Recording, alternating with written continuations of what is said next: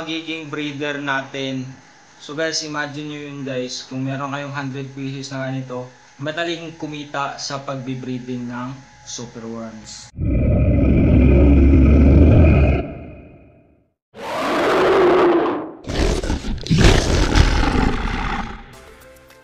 What is up guys?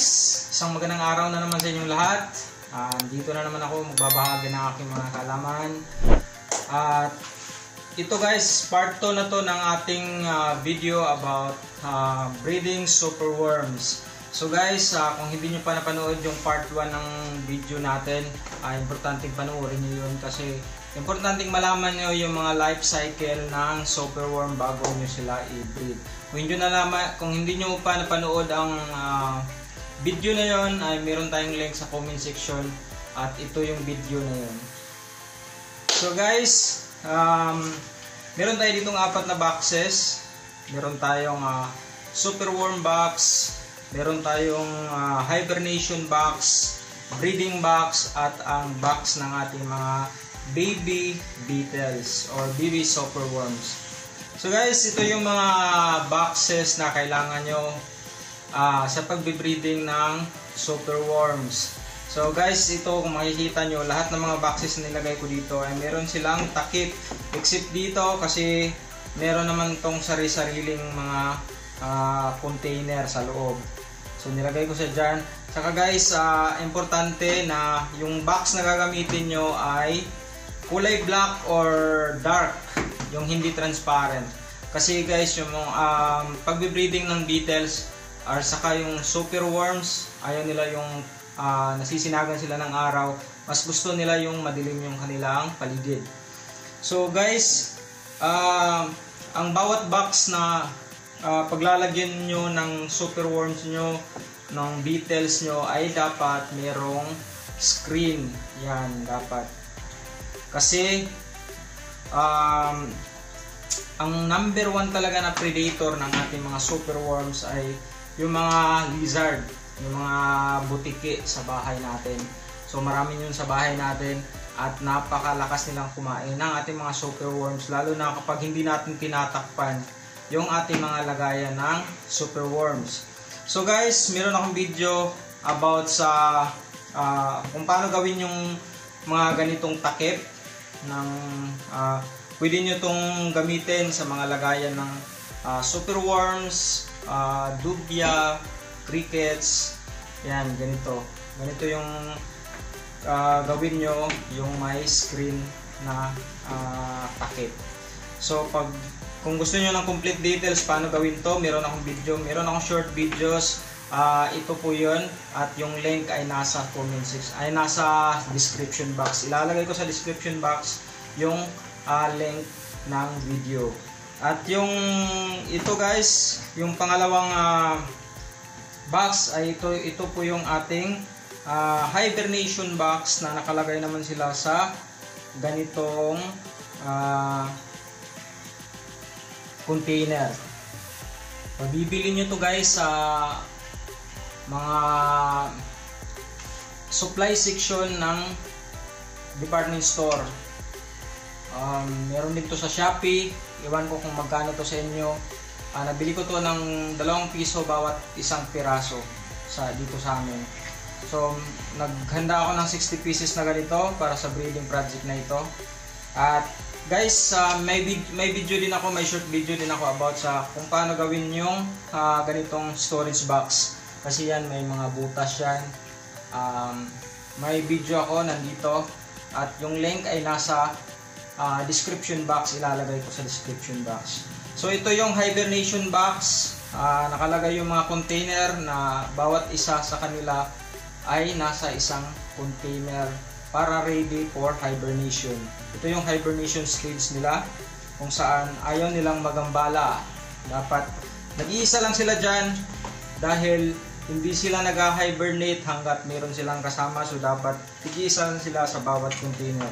Dito sa pangatlong box guys, dito yun ilalagay natin yung breeding mga breeder natin na beetles. Yung nag-transform na sila dito, nagiging beetles na sila. Ilalagay natin sila sa isang box na puro sila beetles para sa kanilang reproduction or para sa kanilang breeding. Yun guys, ang pang-apat naman na box guys ay itong lagayan ng mga babies. So dito, maglagay tayo dito ng palaitlogan nila para doon nila ilalagay yung kanilang mga itlog. At pag mapipisa yun, pag nakikita nyo napipisa doon sa kanilang lagayan, ay kailangan nyo silang i-transfer dito sa box para sa mga baby superworms. Kasi guys, hindi nyo sila pwedeng ihalo lang dito sa breeder kasi di natin alam kung anong gagawin ng mga malalaking beetles, lalo na pag nagugutom sila. So maaaring pwede nilang kainin yung kanilang mga anak. Hindi natin alam yun. Kaya mas maganda kung ilipat natin dito sa isang box na doon sila mapipisa at doon sila lalaki. Guys, sa pag-breeding pala ng superworm, ang ginagawa ko, pinakauna kong hinahanda ay itong notebook, yung mga ganito, ticklers. Kasi dito nililista ko kung kailan ko sinimulan yung breeding, kung ilang araw bago nag-transform into beetles or yung kanilang anak, kung gaano katagal mapisa yung itlog.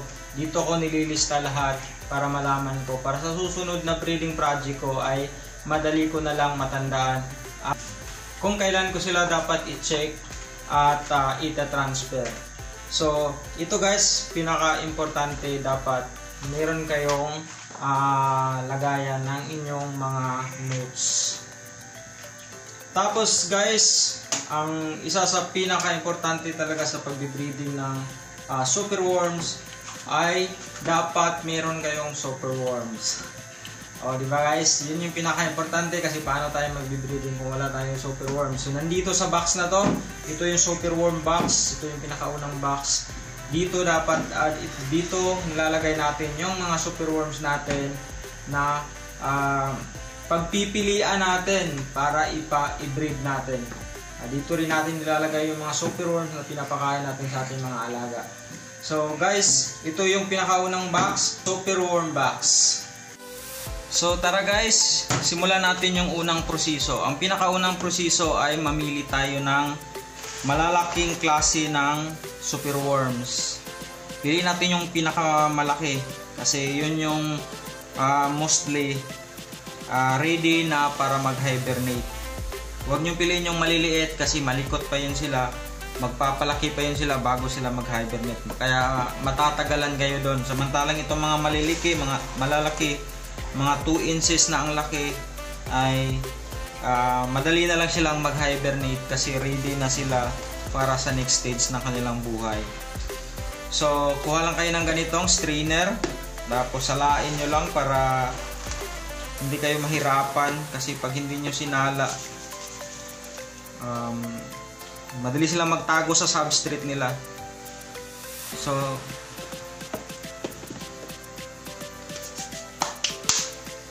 yan, piliin lang natin isa-isa. Piliin natin yung mga malalaki. Tapos lagay lang natin sa cup. Sarado natin. Tapos i-file lang natin dito sa... Guys, dapat yung paglalagyan nyo pala ng ganito guys ay dapat kulay black or dark. Huwag kayong gumamit ng transparent color na mga plastic dahil nahihirapan silang mag-hibernate sa mga ganon pag maliwanag. Kaya mas maganda, kung gagamit man kayo ng transparent ay dapat ilagay nyo sila sa isang room na madilim talaga kasi para madali lang silang mag-hibernate. Kasi pag mag-hibernate na kasi sila guys ay ayaw na talaga nila na magambala sila. Yung wala silang makikitang liwanag, wala silang maririnig halos na kaluskos.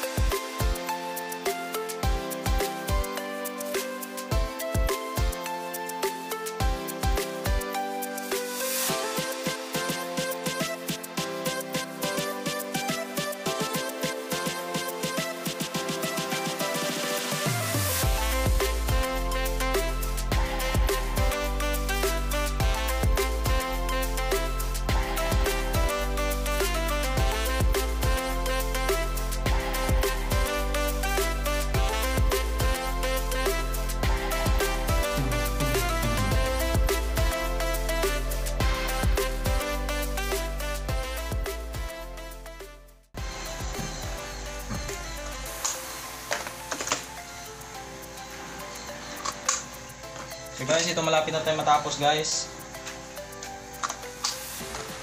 Bali, gumawa pala tayo, nag-prepare pala tayo ng 60 piraso na container. Pero guys, kung kayo nagbabala kayo na magnegosyo ng ganito, super worms, ay mas maganda kung maramihan na talaga yung inyong gagawin. Mas maganda kung mag-prepare kayo ng mga 150 pieces or 200 pieces na mga ganito para mas marami yung breeder niyo, mas madaling dumami yung inyong mga super worms. Kasi kung pakonti-konti lang na ganito, kasi ito sa akin kasi for personal use ko lang kasi, kaya hindi ko na masyadong dinadamihan kasi baka masyado nang ma-overwhelm yung mga lagayan ko. Kaya ganitong paunti-unti lang muna yung aking gagawin. Pero so far naman, kayang-kaya naman niyang i-supply yung mga pagkain ng kailangan ng aking mga alaga. So bali itong video na to guys ay ginawa ko para ipakita sa inyo yung step by step na process ng pag-breeding ng super worms. So pagkatapos nito guys, bali maghihintay tayo ng ito pala guys, takpan natin. So ganyan, takpan natin ng ganyan. Tapos dapat yung tatakip nyo, or kung meron kayong container na may takip na kagaya nito,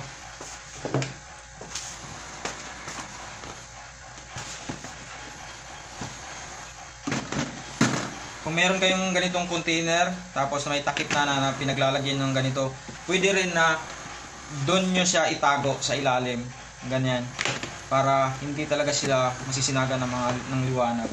Pero sa akin, yung ginawa ko, yung ganitong container, kasi mas malaki, mas marami yung nailalagay ko sa ganitong container. Kasi itong container na to, wala kasi itong takip, kaya improvise na lang ako ng pangtakip na box, ganito, karton.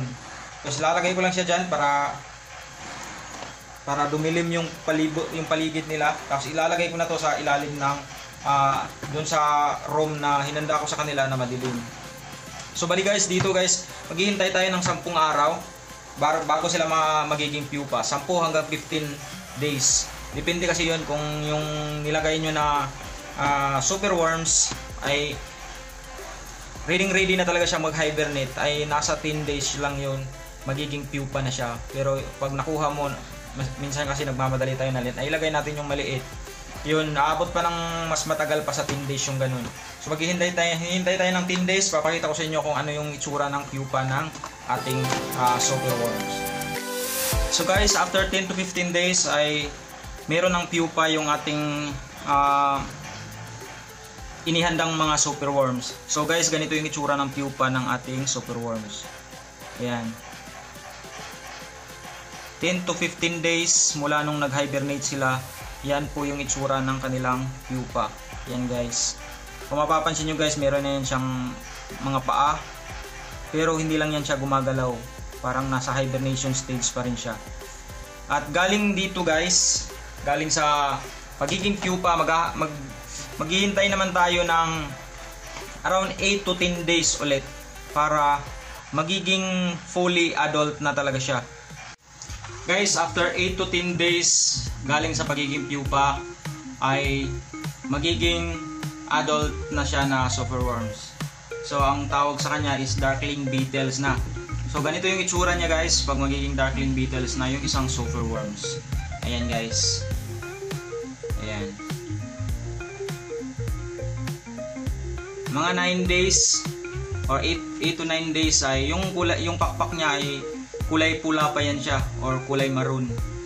Pero after 10 days, 10 to 15 days, yan ganyan. Magiging kulay itim na talaga yung kanyang katawan. Fully black na talaga siya. Tinatawag siyang darkling beetles. So ito guys, yung adult ng ating super worms. Ito na yung magiging breeder natin. So ito guys, kung mas marami kayong ganito, mas madaling dumami yung inyong mga super worms. So kung nagbabala kayo na magnegosyo ng super worms, mas maganda na ihanda nyo yung marami, 100, 200 pieces na mga ganito, 300, para mas maraming super worm yung makukulikta nyo sa bawat pangingitlog nila. So guys, yung bawat pangingitlog pala nila guys ay maximum 20 pieces yung kaya nilang iitlog na sa isang itlogan nila. So guys, imagine nyo yun guys, kung meron kayong 100 pieces na ganito, tapos sabay-sabay mangitlog yung mga ganyan. Yung 100 pieces na female na beetles, tapos sabay-sabay mangitlog yung mga yun. Diba guys, ang bilis dumami at madaling kumita sa pagbe-breeding ng superworms. So guys, dito naman tayo sa breeding stage nila. Dito pag-usapan natin kung ano naman yung mga ihanda natin, mga kinakailangan natin para sa breeding stage nila. Sa breeding box nila. So ito yung mga kailangan natin guys. Siyempre meron tayo dapat breeding box. Tapos dapat meron din tayong substrate. Ito yung gamit ko ay Gallimax. Ito ay pagkain ng mga maliliit na manok, yung mga chicks. Yan, mabibili nyo lang to sa mga agribet. Yan, maraming klase. Pwede kayong gumamit ng pollard, hard pollard, soft pollard, yung mga ganun. Yung iba gumagamit pa ng oatmeal. Yun yung ginagawa nilang bedding, pero mahal kasi yun. Ito nasa 30 pesos lang naman yung per kilo nito. Pag marami yung gagawin mo, marami yung aalagaan mo, syempre dun ka na sa mas mura. Pero kung konti lang naman, pang ano lang, para lang pakain sa mga alaga, ay pwede kayong gumamit ng oatmeal. Yung iba, oatmeal yung ginagamit nila. Tapos guys, ito kailangan din natin. Kailangan natin ng ganito egg tray, yung paper egg tray. Kasi dito, ito yung parang playground nila guys. Dito sila madalas tumatambay, dito sila nagbe-breeding, dito sila maakyat-akyat. Ito parang playground talaga nila to. Tapos guys, minsan pala dito rin sila nangingitlog. So, yung ganito, i-check nyo rin to kasi minsan dito nila nilalagay yung mga itlog nila. Pero meron talaga akong ginawa para lagayan nila ng mga itlog. Ito guys, ito yung mga karton. Gugupitin mo lang ng mga maliliit ganito. Tapos, patong-patong mo lang sila, mga 4, 5, 6 na patong. Tapos talian mo lang ng rubber band. Dapat loose lang guys. Dapat wag nyong higpitan yung pagtali kasi yun yung mali ko sa unang try ko ng pag-breed ng superworms. Kasi hinigpitan ko yung tali dito, tapos maiksi yung ginawa kong karton na ganito ay maiksi lang yung ginawa ko, ganyan. Kasi yung pinaglalagyan ko kasi maliit lang na box, maliit na container. Kaya ang ginawa ko maliit na mga ganito. Yun yung mali ko. Tapos nahigpitan ko pa. Ang ginamit ko kasi dito ay ang ginamit ko kasi noon ay hindi rubber band. Ang ginamit ko noon ay masking tape. Tinalian ko ng masking tape tapos masikip. Nung nilagay nila yung mga itlog nila dito, every time na mag-check ako ng itlog, pagbalik kong ganun, naiipit yung itlog nila, which is yun, sayang. Marami sanang itlog na nakikita ko. Pero ang nangyari is napisa yung yung mga itlog nila na nasira. Kaya yun, dapat loose lang yung pagkatali. Tapos kahit mga 6 na patong, okay yun. Kasi dito nila nilalagay yung mga itlog nila, yung mga butas-butas na yan, yung mga in-between gaps na yan, dyan nila tinatago yung mga itlog nila. So yung ganito, i-check nyo palagi yung ganito kasi pag meron ng mga itlog, marami ng mga itlog na naipon, ay isisiparit nyo naman doon sa kabilang box na doon sila lalaki. Dapat guys, maglagay din kayo ng pagkain. Yung ganito, malaki na to kasi hindi naman sila malakas kumain. Hindi kagaya nung sa superworm stage nila, yung sa larva stage nila, napakalakas nilang kumain nun. Pero pag mga ganitong adult na sila, ay napaka konti-konti na lang yung mga kinakain nila. Minsan-minsan kinakain din kasi nila yung substrate. Pero mahina na talaga kumain pag mga ganitong stage. Ang malakas sa kanila ay yung breeding nila. Madalas sila magbe-breed pagka mga ganitong stage. Kasi guys, sa ganitong stage guys, 6 na buwan mamamatay na to sila or shorter. Yung sa female, madali lang mamatay yung female compare sa male. So, yan lang guys yung mga kailangan. At syempre dapat meron kayong nakolekta na ng mga ganito. Mas maraming ganito guys, mas marami kayong napoproduce na breeder, mas maraming output, mas maraming itlog na makukulit nyo every time na i-check nyo yung inyong mga box. Kaya kung nagbabala kayo magnegosyo, mas maganda na damihan nyo yung inyong mga breeder. So guys, i-set up natin yung kanilang lagayan. So guys, lalagyan natin ng substrate. Yan. Kahit konti lang yung ilalagay nyo guys, kasi ang mga adult talaga na beetles, hindi na talaga sila nagpo-focus sa pagkain. Yun yung napapansin ko sa kanila. Ang priority nila ay yung breeding. Yun. Nagbe-breed sila. At yung mga pagkain na ilalagay mo ay minsan nalalanta na lang yan siya dyan. Dahil napaka konti-konti nila kung kumain. Hindi gaya nung panahon na superworms pa lang sila na napakalakas nilang kumain. Tapos ito guys, ilagay natin dito sa ilalim. Tapos ipatong natin yung egg tray sa ibabaw nung ginawa natin na karton na parang egg laying box. So ilagay natin dito sa ibabaw. Yan, ganyan. Tapos yung pagkain nila ay ilagay natin dito sa gilid. Yan, dyan. Tapos ilagay na natin guys yung ating mga nakuliktang mga adult na beetles. Yan. Ilagay na natin sila isa-isa. So guys, pagkatapos nating i-set up yung breeding box natin, ay ang panghuling box na i-set up naman natin ay yung lagayan ng mga babies ng ating mga beetles. So guys, yung ibang breeders, yung hinahayaan lang nila yung mga babies ng beetles doon sa box mismo na breeding box. Hinahayaan lang nilang lumaki, pag malaki na saka na lang nila kukunin at itatransfer nila yung mga breeder na beetles. Pero ako guys, ayoko nang ganon kasi ayokong madisturbo yung mga beetles.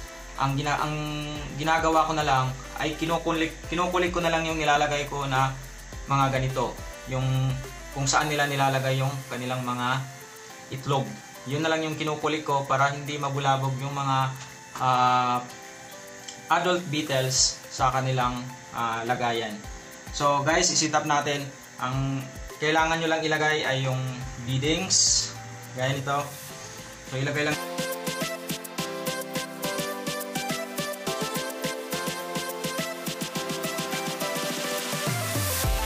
At pagkatapos natin mailagay guys, yung mga nakulikta natin na mga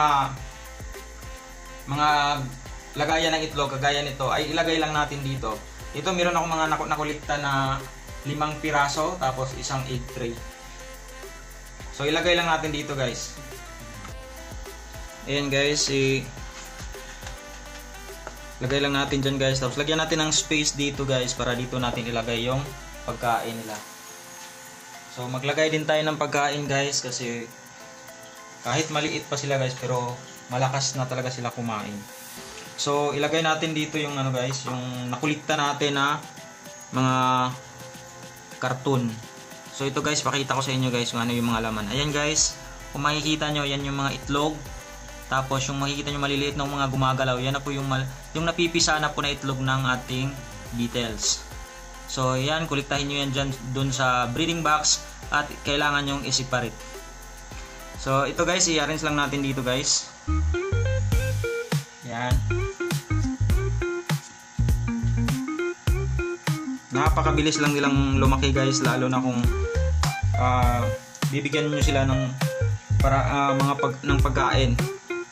Kung maraming pagkain kayong nilalagay, ay mas mabilis silang lumaki. At ito pala guys, sinabi ko kanina na kailangan nyo yung i-check yung inyong egg tray, dahil minsan doon nila nilalagay yung kanilang mga itlog, kagaya nito. Ayan, kung makikita nyo, yan po yung mga itlog, nilalagay nila dyan minsan.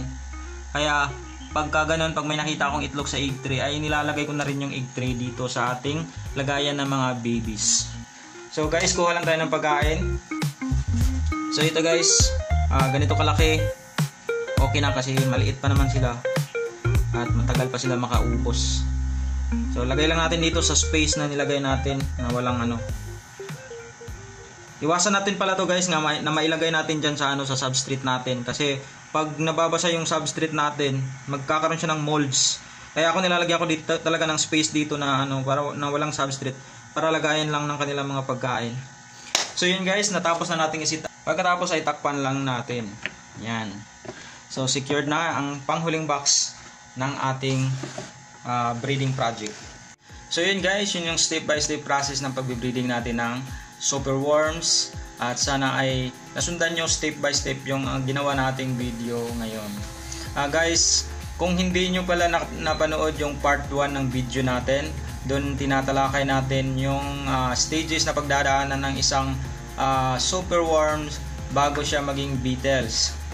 Guys, kung hindi nyo pa napanood yung video na yun, ay maglalagay ako ng link sa ating description box. Check nyo lang yun guys. Importanteng mapanood nyo yung stages na pagdadaanan ng isang superworms bago siya maging isang beetles at bago siya capable to breed at manganak ng maraming superworms. Kasi guys, pag hindi nyo malaman yon ay mahihirapan kayong sundan yung step by step na process ng pagbe-breeding ng superworms. So at guys, meron din akong video about sa maintenance at tamang paglilinis sa ating mga superworms para ito ay malinis na ipakain natin sa ating mga alaga at lalaking malusog at malayo sa sakit yung mga alaga natin, mga lizards or reptiles. So guys, kung nagustuhan nyo yung video na to, please like, subscribe, and hit the notification bell para lagi kayong updated sa ilalabas nating bagong video about animals, reptile keeping. Dahil yun talaga yung passion ko, ang pag-aalaga ng mga hayop, especially reptiles, at masaya ako na ibabahagi ito sa inyo. Lahat ng mga experience ko, mga do's and don'ts sa pag-aalaga ng mga reptiles at iba pang klaseng hayop. So guys, maraming salamat sa inyong panonood. This is Bon again. Peace!